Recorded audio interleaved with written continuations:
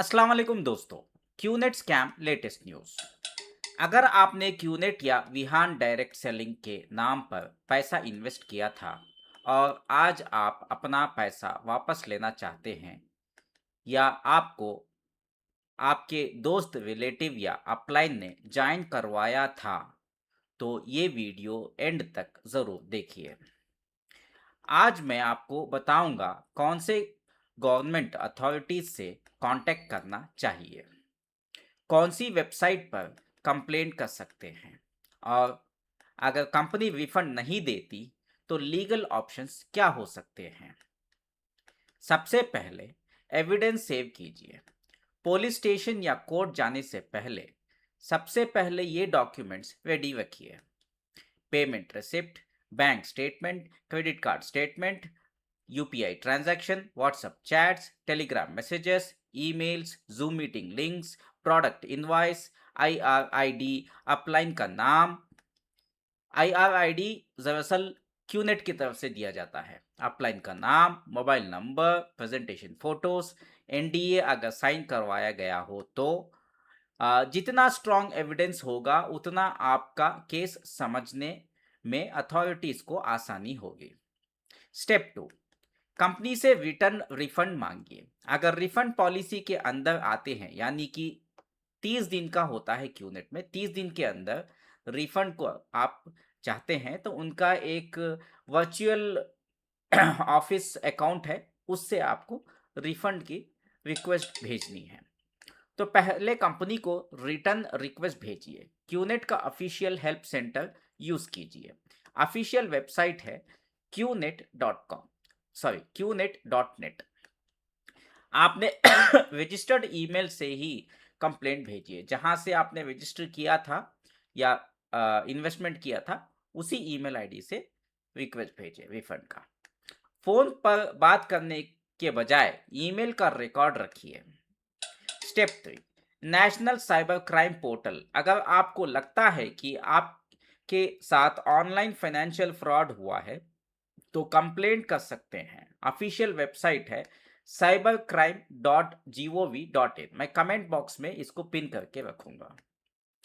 यहाँ कंप्लेंट करते वक्त अपलोड कीजिए आधार या passport, payment proof, chat screenshot, bank details, upline details. Upline कोई भी हो, फ्रेंड हो, रिलेटिव्स हो, उनके डिटेल्स भेजना बेहद ज़रूरी है अपलोड करना, क्योंकि तभी आपका रिफंड मिल सकता है।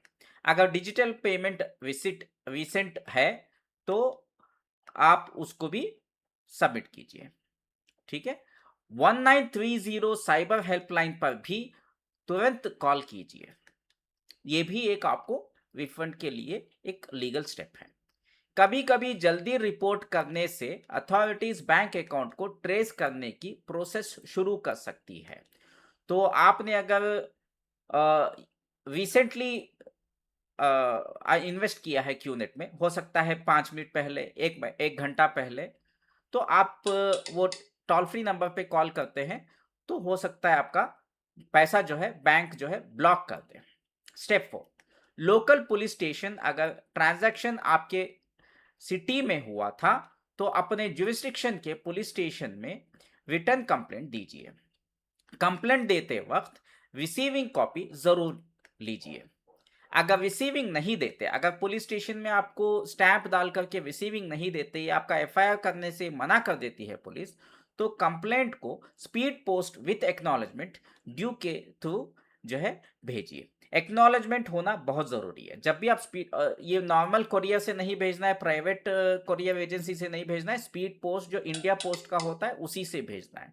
विथ एक्नॉलेजमेंट होता है, 40 to 50 रुपीज़ का एक्सपेंस आता है। ठीक है, ये लीगल डॉक्यूमेंट है। पोस्टल रिसिप्ट संभाल कर रखिए।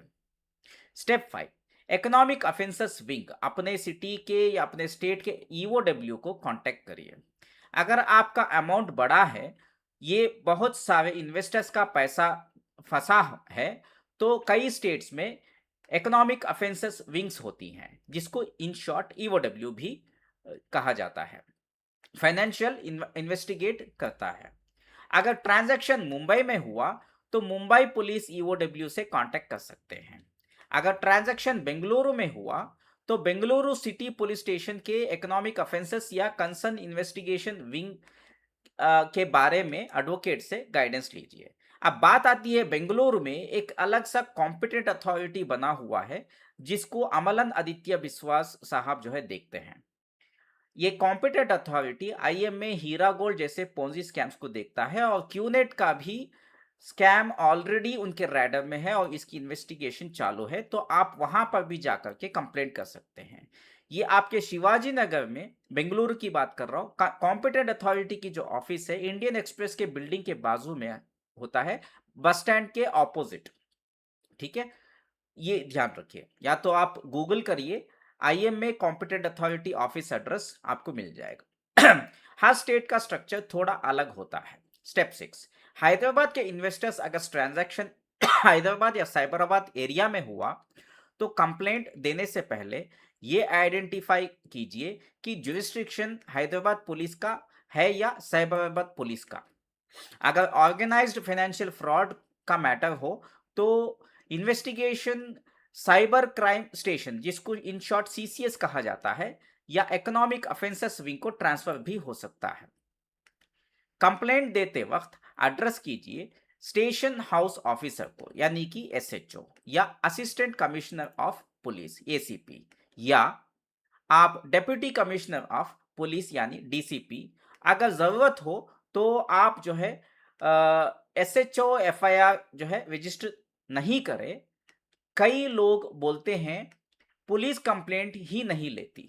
अगर ऐसा हो तो लॉ के अंदर आपके पास अगला ऑप्शन भी होता है, रिटर्न कंप्लेंट भेजिए सुपरिटेंडेंट ऑफ पुलिस एसपी या कमिश्नर ऑफ पुलिस को। अपनी कंप्लेंट के साथ अटैच कीजिए एसएचओ कंप्लेंट कॉपी, जो स्पीड पोस्ट की रिसिप्ट होती है वो भी उसको अटैच करिए। कॉपी डालिए, ओरिजिनल नहीं। डिलीवरी रिपोर्ट, एविडेंस, ये डॉक्यूमेंट फ्यूचर में काम आ सकते हैं, तो इसको संभाल कर रखिए। जो स्पीड पोस्ट से एक्नॉलेजमेंट आता है उसको भी संभाल कर रखिए।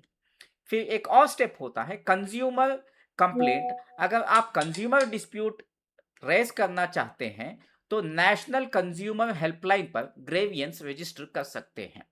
ऑफिशियल वेबसाइट है, मैं कमेंट में पिन करूंगा, consumerhelpline.gov.in। यहां पेमेंट प्रूफ और डॉक्यूमेंट अपलोड कर सकते हैं। स्टेप 9, एडवोकेट के थ्रू लीगल नोटिस। अगर कंपनी या एम्प्लॉय रिप्लाई नहीं करते हैं तो ये करना बहुत जरूरी है। तो एक्सपीरियंस्ड एडवोकेट के थ्रू लीगल नोटिस भेजना एक ऑप्शन हो सकता है।